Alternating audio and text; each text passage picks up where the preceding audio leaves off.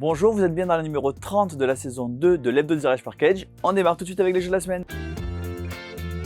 Et on démarre tout de suite avec Extinction, un jeu qui est dans l'air du temps puisque l'objectif d'Extinction c'est de sauver les animaux et notamment les tigres et les loutres de mer et également les pandas d'ailleurs. Il y a une extension panda déjà inclue dans la boîte de base. Vous voyez qu'il est extrêmement joli parce qu'il est notamment illustré par Beth Tobel qui est un peu une experte d'illustration des jeux animaliers. Elle a fait notamment Wingspan. A noter qu'il y a deux boîtes d'Extinction. La première avec les tigres en couverture, la seconde avec les pandas en couverture. La version panda, elle est en édition limitée, elle ne sera pas réimprimée pour l'instant. Si vous la voulez, sautez dessus parce qu'elle en a très peu et elle est déjà plus disponible chez notre fournisseur. Mais dans les deux cas, la boîte est la même. A noter que la version anglophone qui date de 2020 a été nommée pour être meilleur jeu coopératif de 2020 sur le site BGG. Un jeu coopératif donc pour sauver les animaux, de draft 2D, c'est Extinction.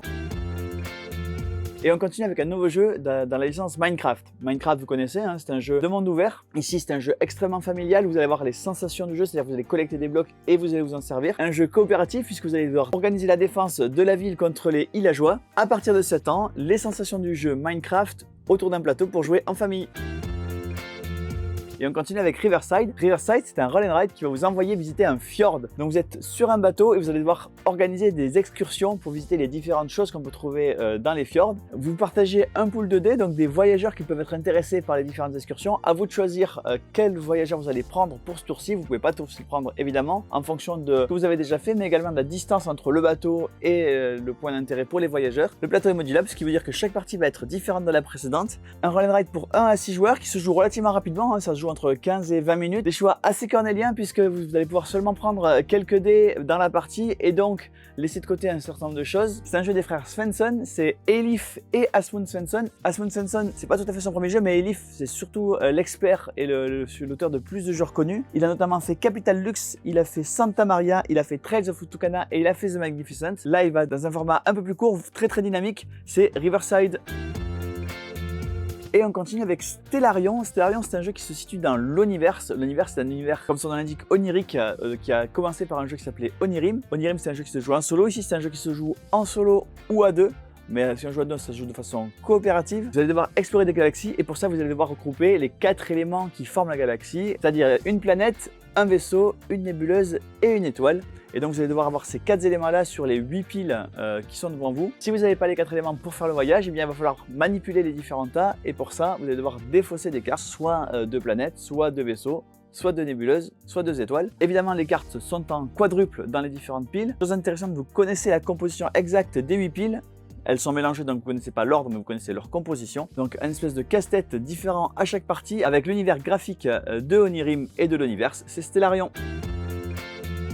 On continue avec un jeu extrêmement minimaliste, c'est One Card Dungeon qui, comme son nom l'indique, contient une carte et des dés évidemment. Le principe est que vous allez devoir affronter un donjon un peu comme dans les premiers opus de Zelda, avec une carte qui représente le donjon et des dés qui représentent à la fois vos adversaires et vos caractéristiques. À chaque fois que vous battez une salle, eh bien vous allez pouvoir avancer dans une des caractéristiques que sont le mouvement, l'attaque et la défense. Un jeu solo extrêmement court à partir de 10 ans et qui se joue en 30 minutes, c'est One Card Dungeon.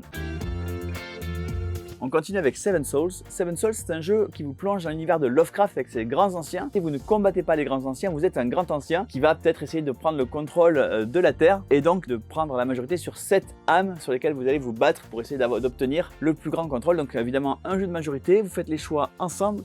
Il y a tout un tas de choses trappes à déployer pour les autres grands anciens. C'est Seven Souls. Et on continue avec un nouveau jeu pour les fans de géographie ou pour ceux qui veulent progresser en géographie, c'est Fundy. Le principe du jeu, c'est que vous allez retourner une carte défi, il y a 35 cartes défi, et ensuite, dès que la carte défi est retournée, il va falloir aller chercher dans une pile de cartes qui représente les différents pays, quel pays peut correspondre au défi que vous avez retourné. Il y a évidemment plein de choix de pays, 3 niveaux de difficulté selon avec qui vous jouez, vous avez le niveau enfant, adolescent et adulte, un jeu donc évolutif, c'est Fundy. Et on continue avec un nouvel Exit. Exit, ce sont ces escape games que vous allez devoir mener une enquête évidemment pour sortir de la salle. Ici un cas très particulier puisque c'est bientôt Noël et cet Exit-là il se présente sous la forme de calendrier de l'Avent où chaque jour vous allez découvrir un nouvel élément qui va vous permettre de mener votre enquête. Et donc vous allez pouvoir pendant les 25 jours qui précèdent Noël avancer dans votre histoire, découvrir des nouveaux éléments, des nouvelles énigmes et donc avancer dans votre enquête. Sachant que l'histoire c'est vous êtes parti en vacances à la neige, pris dans une avalanche et vous retrouvez coincé dans une espèce de grotte et à vous évidemment d'essayer d'en sortir pendant les 25 jours. C'est Exit, le calendrier de l'Avent. Et on continue avec une nouvelle boîte de Villainous, cette fois c'est pour Villainous Marvel. Alors je vous rappelle que Villainous et Villainous Marvel sont deux jeux séparés qu'on ne peut pas mélanger. Par contre la nouvelle boîte de Villainous Marvel peut se mélanger avec la boîte précédente ou être jouée toute seule. Donc si vous jouez avec cette boîte là toute seule, vous jouez à 2 ou 3 joueurs. Avec la boîte précédente et celle-là, vous pouvez jouer jusqu'à 4 joueurs en mélangeant les méchants. Ici 3 nouveaux méchants que sont Loki, évidemment l'ennemi de Thor. Vous avez MODOK et vous avez également Madame Masque. À vous de choisir quel méchant vous souhaitez l'incarner ou mélanger cette boîte là avec la précédente pour incarner des méchants des deux boîtes. Évidemment, on va créer un PK Game Pack à tarif promotionnel. C'est le nouveau Villainous, le pouvoir du mensonge. Et on continue avec la grosse boîte de la semaine, c'est Massive Darkness 2. Massive Darkness était un dungeon crawler coopératif, ici c'est toujours le cas. Il se passe 10 ans après le premier opus, vous n'avez pas du tout besoin d'avoir joué au premier opus pour jouer aux deux. C'est vraiment deux boîtes séparées. Ici vous allez être plongé en enfer, d'où le nom Massive Darkness 2 Hellscape. C'est toujours coopératif, c'est toujours un dungeon crawler. Ici une nouvelle ressource, la lumière, qui peut être à la fois évidemment bonne ou mauvaise. Et puis avec le nouveau Massive Darkness 2, une nouvelle boîte de sleeve qui permet de sleever tout ce qui est contenu dans la boîte de Massive Darkness 2. Et évidemment, on va faire un PK Game Pack avec les deux à tarif promotionnel.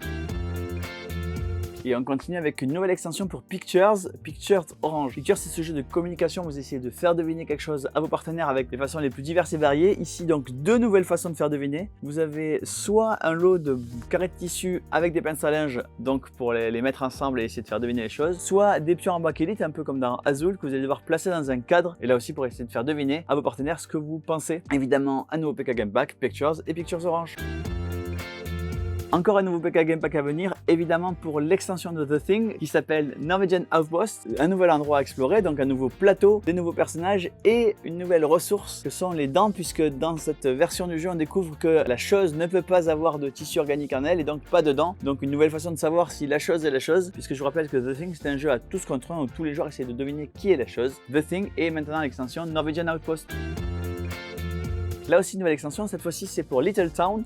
Little Town, c'est ce jeu de pose ouvrier extrêmement simple, extrêmement épuré. L'extension qui s'appelle Artisan vous apporte un niveau de complexité supplémentaire puisque désormais vos ouvriers vont pouvoir se spécialiser et donc ramasser plus de ressources ou construire mieux s'ils partent d'une case artisanat que vous avez développée. Donc une nouvelle phase dans la partie et évidemment un PK Game Pack avec Little Town et Little Town Artisan.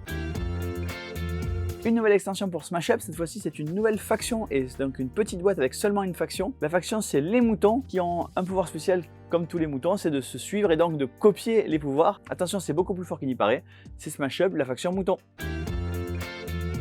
Après les moutons, les pigeons ou presque, une extension pour Summoner's War. Summoner's War c'est ce jeu d'affrontement et ici une nouvelle faction qui arrive en extension, ce sont les aviens lance-ciel qui volent et qui va donc passer par-dessus les premières lignes adverses pour pouvoir aller pilonner les arrière-gardes. Évidemment ça ne se joue pas avec Wingspan contrairement aux apparences, c'est aviens lance-ciel pour Summoner's War.